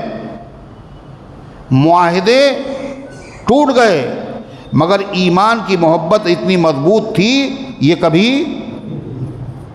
وَلَوْ أَنفَقْتَ مَا فِي الْأَرْضِ جَمِيعًا مَا أَلَّفْتَ بَيْنَ قُلُوبِهِمْ، اور اللہ اپنے نبی سے کہہ رہا اے پیغمبر اگر ان دلوں کو جوڑنے کے لیے، ان پھٹے ہوئے دلوں کو ملانے کے لیے اگر آپ ساری دنیا کا خزانہ خرچ کر دیتے، جب بھی ان کے دلوں میں محبت پیدا نہ ہوتی، یہ محبت ان کے دلوں میں پیدا ہونا یہ حقیقت میں اللہ کا کرم ہے اور اللہ تبارک و تعالیٰ کا انعام ہے۔ اللہ فرماتا لَوْ أَنفَقْتَ مَا فِي الْأَرْضِ جَمِيعًا، اگر آپ خرچ کر ڈالتے وہ سب کا سب جو زمین میں ہے، مَا أَلَّفْتَ بَيْنَ قُلُوبِهِمْ، تو آپ ان کے دلوں میں محبت نہ پیدا فرماتے۔ وَلَكِنَّ اللَّهَ أَلَّفَ بَيْنَهُمْ، لیکن اللہ تعالیٰ نے ان کے دلوں میں محبت پیدا فرما دی اور ان کو آپ کا لشکری بنا دیا، فوجی بنا دیا۔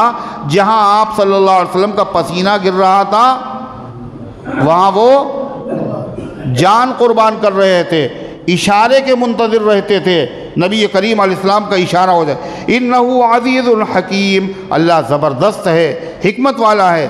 یا ایھا النبی حسبک اللہ ومن اتبعک من المؤمنین، اے نبی اللہ آپ کے لیے کافی ہے۔ حقیقت میں تو اللہ ہی کافی ہے، ظاہری اعتبار سے کون کافی ہے؟ من اتبعک من المؤمنین، جو آپ کی اتباع کر رہے ہیں ایمان والے، ظاہری اعتبار سے یہ بھی کافی۔ حقیقت میں کون کافی ہے؟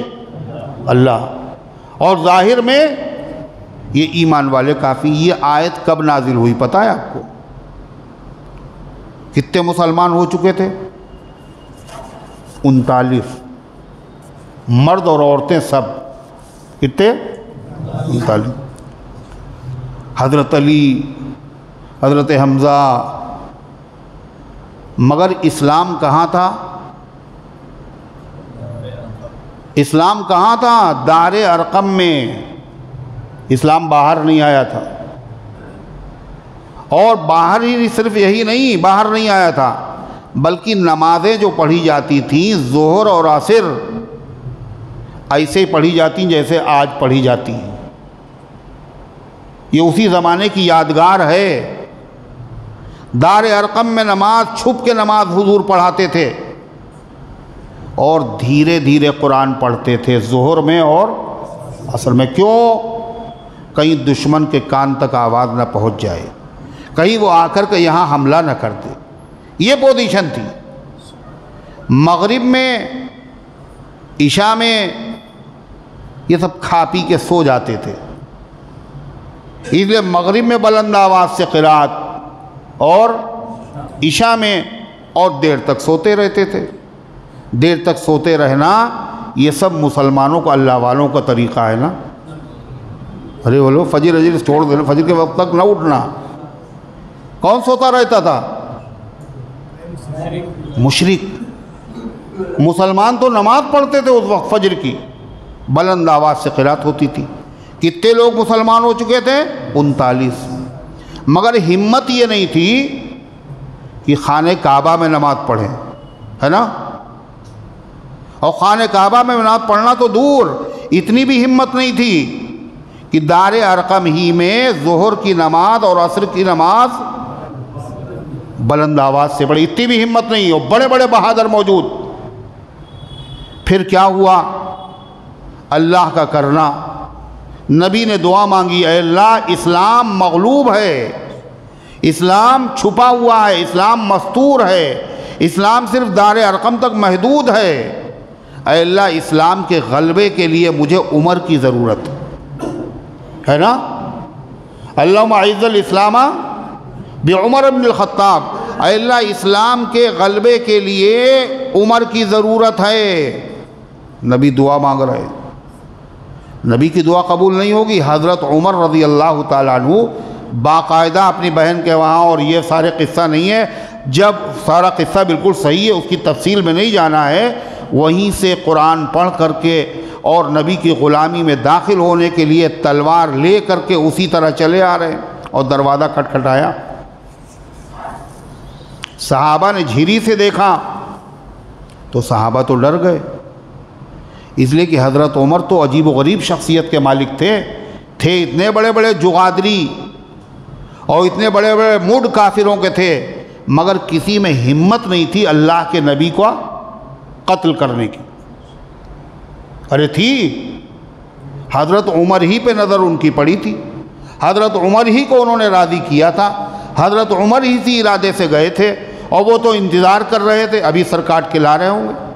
حضرت عمر جب پہنچے اور دروازے پہ دستک دی، جھری سے صحابہ نے دیکھا تو صحابہ بھی ڈر گئے، مگر اللہ کے نبی انتظار کر رہے تھے۔ کاہے کا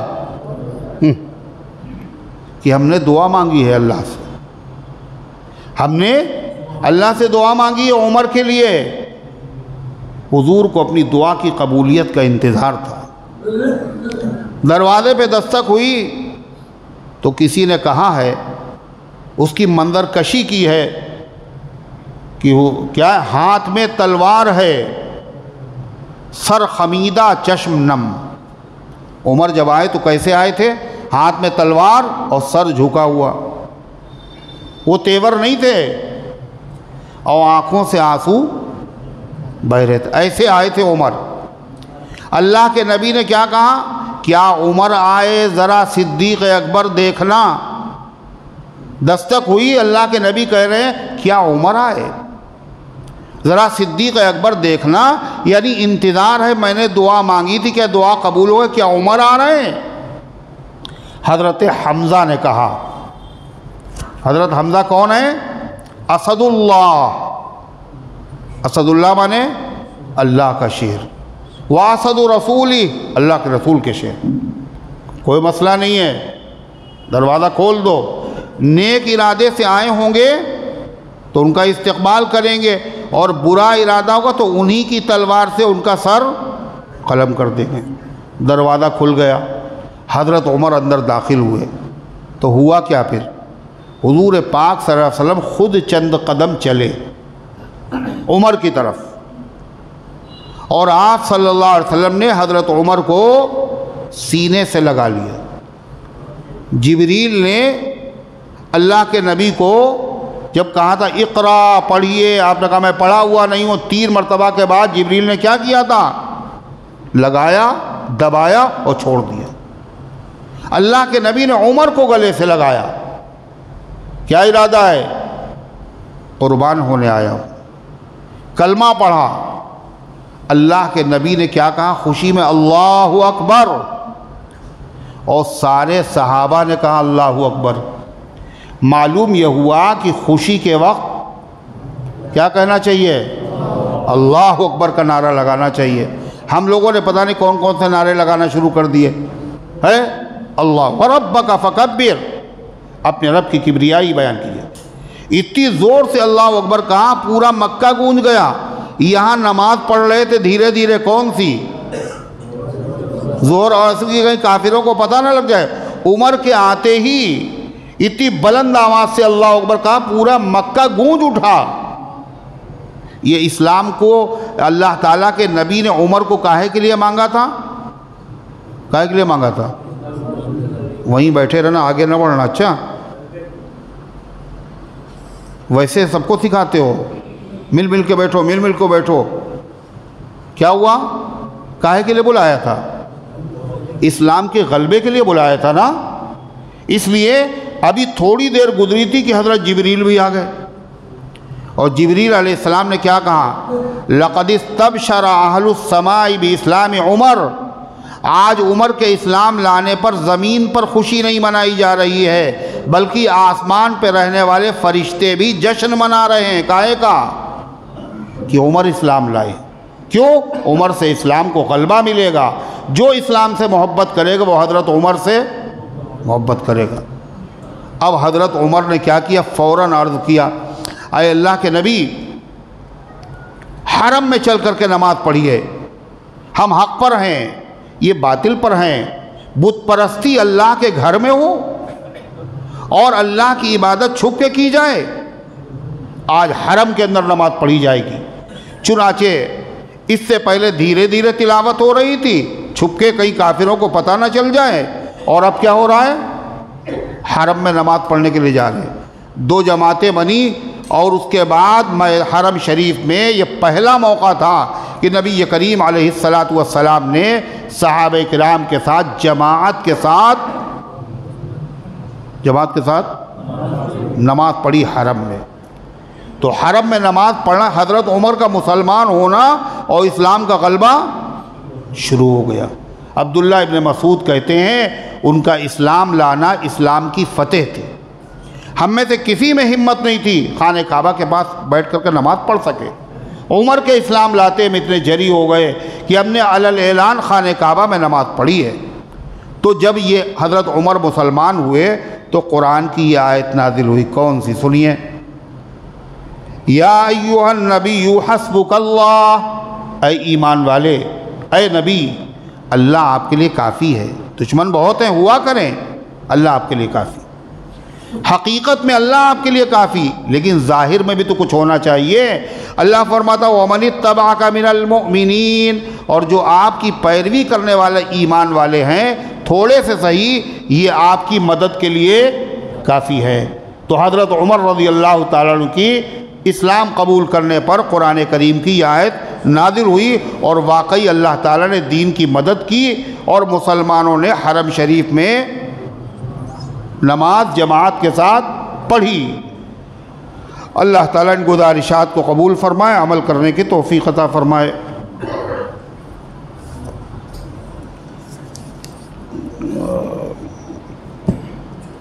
کچھ لوگ نماز میں زیادہ غلطی کرتے ہیں کہ تشہد میں بیٹھ تو جاتے ہیں لیکن اتحیات نہیں پڑھتے. اتحیات پڑھنا نماز میں واجب ہے، بیٹھنا بھی واجب، اتحیات پڑھنا بھی واجب. اگر خالی بیٹھا رہا، اس نے اتحیات نہیں پڑھی، تو اس نے ایک واجب کو، کھڑے رہو گے کیا؟ ایک واجب کو اس نے چھوڑ دیا. واجب اگر بھولے سے چھوٹ جائے تو سجدہ سہو کرنا واجب ہوتا ہے، اور جان بوجھ کے اگر چھوڑ دے تو نماز کو پھر سے دہرانا واجب ہے. ایک مسئلہ. دوسرا مسئلہ کیا؟ اگر کوئی آدمی نماز میں سورہ فاتحہ کے بعد 2 رکعت والی نماز ہے، اس نے اس میں کیا پڑھا؟ قل اعوذ برب الناس. پہلی رکعت میں قل رب الناس پڑھ لیا. اب دوسری رکعت میں کون سی سورت پڑھو گے؟ یہ اتنے ہیں نمازی، اور سب کے ساتھ ہوتا ہے کبھی کبھی، مگر معلوم نہیں کون سی سورت پڑھیں گے. بھائی قل اعوذ برب الناس تو آخری سورت ہے، تو کیا مسئلہ ہے؟ وہی سورت پڑھیں گے دوسری رکعت میں بھی. یہ نہیں الف لام میم پڑھے، وہی سورت. قل اعوذ برب الناس پڑھی، غلطی سے پڑھی، بھولے سے پڑھی، جان بوجھ کر تو خلاف سنت پڑھنا مکروہ ہے، بھولے سے پڑھی. دوسری رکعت میں آپ قل اعوذ برب الناس ہی پڑھیں گے. تو اتحیات نماز کے اندر پڑھنا واجب ہے اور بیٹھنا بھی واجب ہے. لہذا اتحیات اگر بھولے سے چھوٹ گئی ہے تو سجدہ سہو کرنا پڑے گا، اور جان بوجھ کے چھوڑی ہے تو پھر سے نماز پڑھنا واجب ہے. طوبہ نام کے معنی، طوبہ کے معنی مبارک،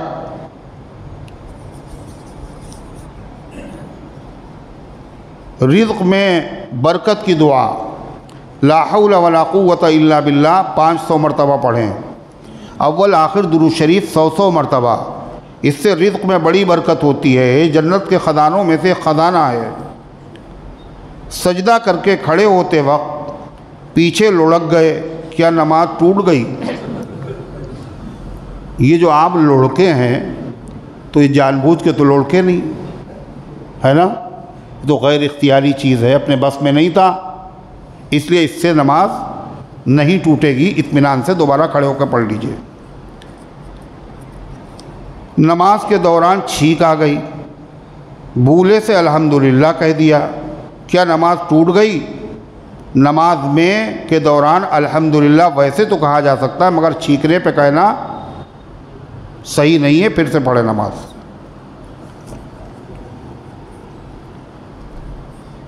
مریض اگر سیدھے جانچ کرانے جاتا ہے تو اس سے پیتھولوجی جانچ کے 200 روپئے لیتے ہیں، اگر ہم جانچ لکھ کر دے دیں تو مریض سے 200 روپئے کے بجائے 180 روپئے لیے جاتے ہیں، اور 20 روپئے ہم کو بھی ملتے ہیں۔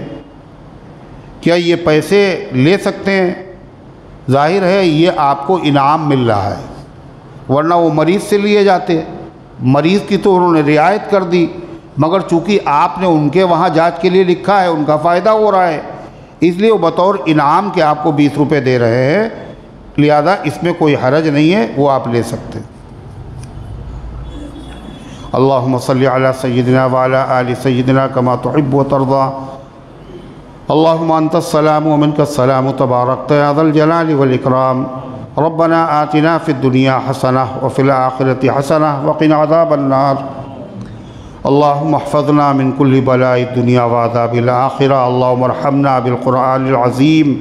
اے اللہ ہم سب کی حاضری کو اپنی رحمت سے قبول فرما، ایمان کامل عطا فرما، اعمال صالحہ کی توفیق عطا فرما، نفس و شیطان کے دھوکے سے، برے کاموں سے، بری باتوں سے اللہ ہم سب کی حفاظت فرما، ہمارے ملک کی، ہمارے وطن کی، ہمارے شہر کی فرقہ پرستوں کی شرارت سے حفاظت فرما۔ اے اللہ اس درس قرآن کو اپنی رحمت سے قبول فرما۔